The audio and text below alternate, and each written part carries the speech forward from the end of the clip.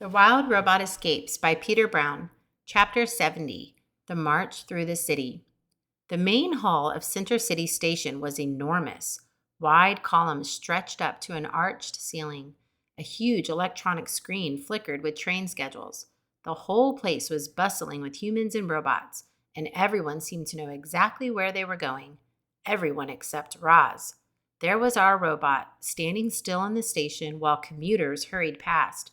She was trying to calculate her next move, and she had to think quickly.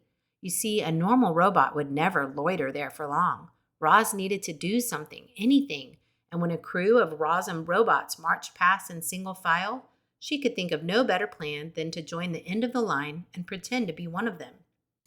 She followed the crew through a set of doors, and suddenly they were outside.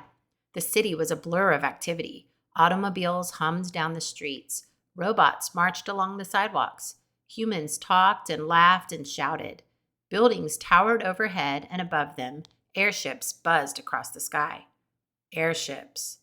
For a moment, Roz was dreaming again about how easily she could get home with an airship. But reality came crashing back when a white triangular ship darted over. It was gone in an instant, disappearing behind the rooftops. But that was all it took for the robot's survival instincts to flare. Were the Ricos searching for Roz or going about some other business?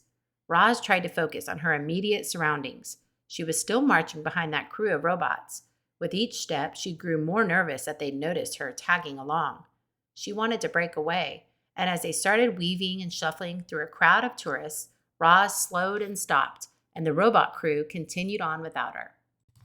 Now Roz was on her own, but she didn't know what to do or where to go. When in doubt, Bright Bill had always guided her north, so our robot set off through the city in that direction. While marching northward, Roz passed beautiful boulevards and architecture and gardens and art, and yet she had to ignore it all. She had to act like a normal robot, and a normal robot would never wander the city admiring beautiful things. Wherever Roz looked, she saw normal robots concentrating on their tasks and on nothing else. They ran errands, delivered food, swept sidewalks, cleaned windows, fixed machines, built glorious structures, and did more jobs than you can possibly imagine. Most walked on two legs, but some rolled on wheels or slid up and down the sides of buildings on tracks. The city was a glittering modern metropolis, where humans lived in luxury, all thanks to the tireless work of robots. Roz was marching when the sunlight faded and the city lights brightened. She was marching when the humans went in for the night and the robots continued to work. She was marching when the sun came up and the humans filtered out of their buildings.